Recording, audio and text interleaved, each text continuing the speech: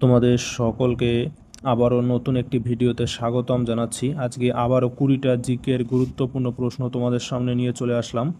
প্রথম প্রশ্ন যেটা বলেছে, কপালকুণ্ডলা কার রচয়িতা? কপালকুণ্ডলা এই কাব্যগ্রন্থটি রচনা করেছেন বঙ্কিমচন্দ্র চট্টোপাধ্যায়। তাহলে এই প্রশ্নের সঠিক উত্তর হয়ে গেল খ নম্বর, বঙ্কিমচন্দ্র চট্টোপাধ্যায়। পরের প্রশ্ন, ভারতের প্রথম উপরাষ্ট্রপতি কে ছিলেন?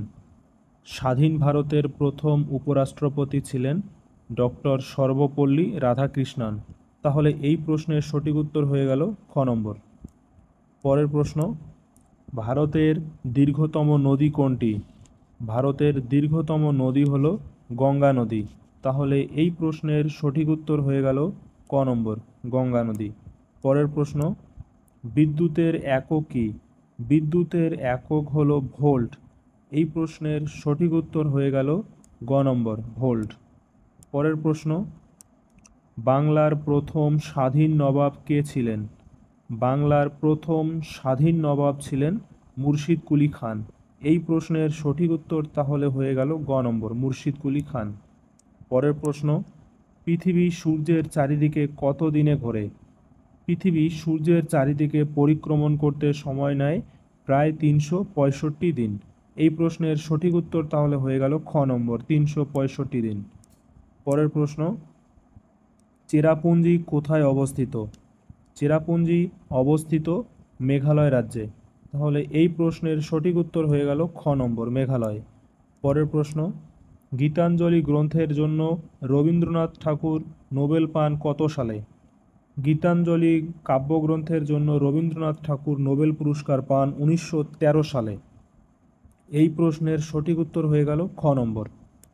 পরের প্রশ্ন, ভিটামিন সি এর অভাবে কোন রোগ হয়? ভিটামিন সি এর অভাবে হয় স্কারভি রোগ। এই প্রশ্নের সঠিক উত্তর হয়ে গেল খ নম্বর। পরের প্রশ্ন, পলাশির যুদ্ধ কত সালে হয়েছিল? খুবই গুরুত্বপূর্ণ একটা প্রশ্ন। পলাশির যুদ্ধ হয়েছিল 1757 সালে ইংরেজদের সঙ্গে বাংলার শেষ স্বাধীন নবাব সিরাজউদ্দৌলার। তাহলে এই প্রশ্নের সঠিক উত্তর হয়ে গেল ক নম্বর।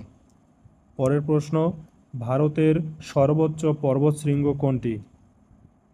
ভারতের সর্বোচ্চ পর্বতশৃঙ্গ হল কাঞ্চনজঙ্ঘা। তাহলে এই প্রশ্নের সঠিক উত্তর হয়ে গেল ক নম্বর। পরের প্রশ্ন, অক্সিজেন কে আবিষ্কার করেন? অক্সিজেন আবিষ্কার করেন বিজ্ঞানী জোসেফ প্রিস্টলি। তাহলে এই প্রশ্নের সঠিক উত্তর হয়ে গেল অপশন নম্বর ক। পরের প্রশ্ন, ভারত ছাড়ো আন্দোলন কবে শুরু হয়েছিল? খুবই গুরুত্বপূর্ণ ইতিহাস থেকে একটা প্রশ্ন। ভারত ছাড়ো আন্দোলন শুরু হয়েছিল 1942 সালে। তাহলে এই প্রশ্নের সঠিক উত্তর হয়ে গেল খ নম্বর। পরের প্রশ্ন, ভারতের রাজধানী কলকাতা থেকে দিল্লি কবে স্থানান্তরিত হয়? ভারতের রাজধানী কলকাতা থেকে দিল্লিতে স্থানান্তরিত করা হয় 1911 সালে। তাহলে এই প্রশ্নের সঠিক উত্তর হয়ে গেল ক নম্বর। পরের প্রশ্ন, লাল রক্তকণিকা মূলত কোন গ্যাস পরিবহন করে?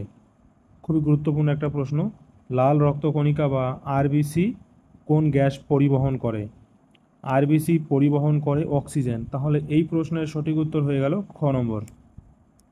পরের প্রশ্ন, সুন্দরবন কোন কারণে বিখ্যাত? খুবই গুরুত্বপূর্ণ একটা প্রশ্ন। সুন্দরবন বিখ্যাত রয়্যাল বেঙ্গল টাইগারের জন্য। তাহলে এই প্রশ্নের সঠিক উত্তর হয়ে গেল খ নম্বর। পরের প্রশ্ন, স্বাধীন ভারতের প্রথম প্রধানমন্ত্রী কে ছিলেন? স্বাধীন ভারতের প্রথম প্রধানমন্ত্রী ছিলেন পণ্ডিত জওহরলাল নেহরু। তাহলে এই প্রশ্নের সঠিক উত্তর হয়ে গেল খ নম্বর। পরের প্রশ্ন, ভারতের জাতীয় পশু কোনটি? এটা খুবই সহজ প্রশ্ন একটা। ভারতের জাতীয় পশু হলো বাঘ। তাহলে এই প্রশ্নের সঠিক উত্তর হয়ে গেল গ নম্বর। পরের প্রশ্ন, মেঘনাদ বধ কাব্য কোন ছন্দে রচিত? এটা খুবই গুরুত্বপূর্ণ একটা প্রশ্ন সাহিত্য থেকে। মেঘনাদ বধ কাব্য রচিত হয়েছে অমৃতাক্ষর ছন্দে। তাহলে এই প্রশ্নের সঠিক উত্তর হয়ে গেল খ নম্বর। পরের প্রশ্ন এবং আজকের শেষ প্রশ্ন, মানুষ প্রথম চাঁদে অবতরণ করেন কত সালে? এই প্রশ্নটা খুবই গুরুত্বপূর্ণ। মানুষ প্রথম চাঁদে অবতরণ করেছিলেন 1969 সালে। তাহলে এই প্রশ্নের সঠিক উত্তর হয়ে গেল খ নম্বর।